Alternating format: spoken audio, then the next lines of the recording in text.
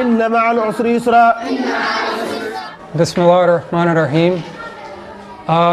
About 6 or 7 years ago when I was in college, one of my best friends in school left to go to a research project here in Senegal.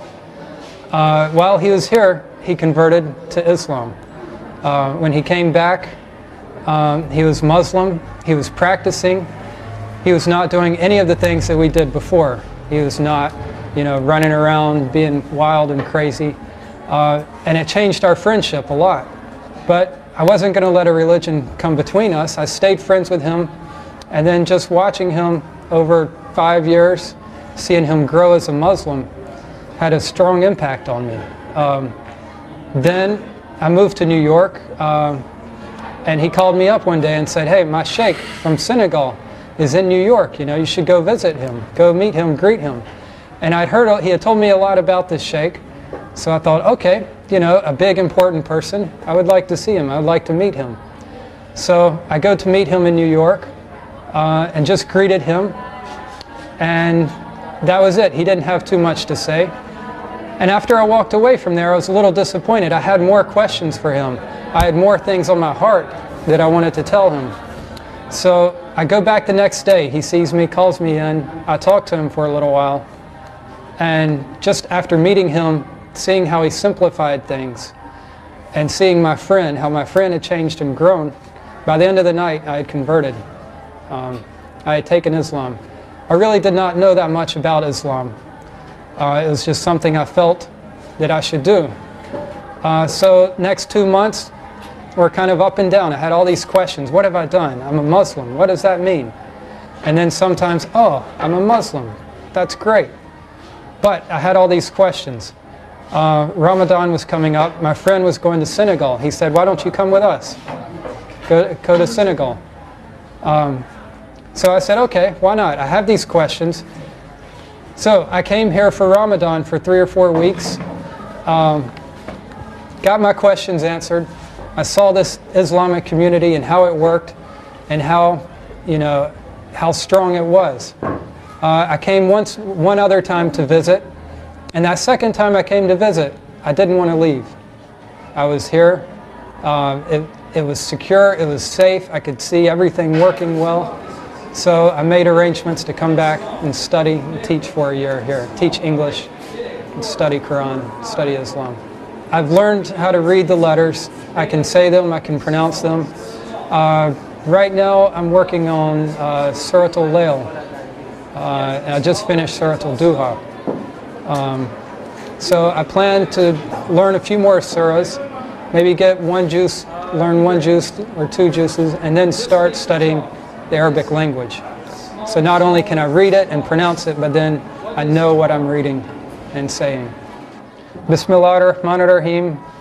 Wal-Duha, wal-Layli idha saja, ma wada'aka rabbuka wa ma qalla, wal-akhiratu khayrun laka min al-ula, wala sawfa yutika rabbuka fatarda. Alam yajidka yatiman fa'awwa, wa wajadaka dalan fahadda, wa wajadaka ailan fa'agna, wa amma yatima fala takhar, wa amma sa'ila fala wa asila ila fahmin amaka li ahkam din halim.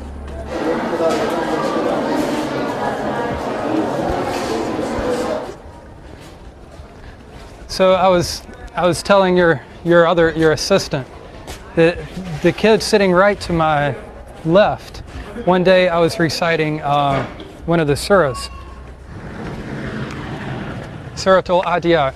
I happened to make eye contact with him, and as soon as he heard what I was saying, heard maybe 2 words, he joined in and carried me the rest of the way reciting the surah. And I was amazed. Here's this little 8-year-old kid, and he could, hear 1 or 2 words and go the rest of the way perfectly reciting it. I realized that it'd be nice to know exactly what I'm saying and all the nuances of the meaning. And so I wanted to get more comfortable with reading and then understand the language, be able to converse even and go beyond just the Quranic Arabic. I'm here teaching English, and I know that that's a need in a lot of countries. And I've thought about maybe Kuwait, United Arab Emirates, where, you know, I can speak and get by with English, maybe teach English and study at the same time.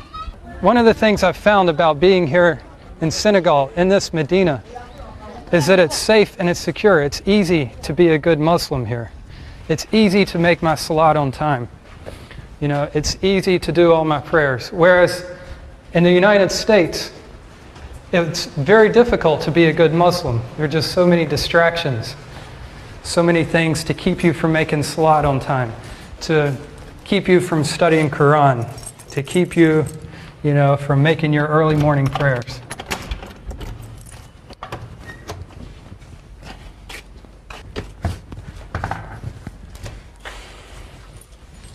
And this is my room, along with Ibrahim, who has been here for 12 years. I've been here 5 months. And like I say, I'm just now able to read and pronounce the Quran. Ibrahim has been a big inspiration on me, not only for just watching him live as a good Muslim, but seeing him being able to even converse and speak Arabic.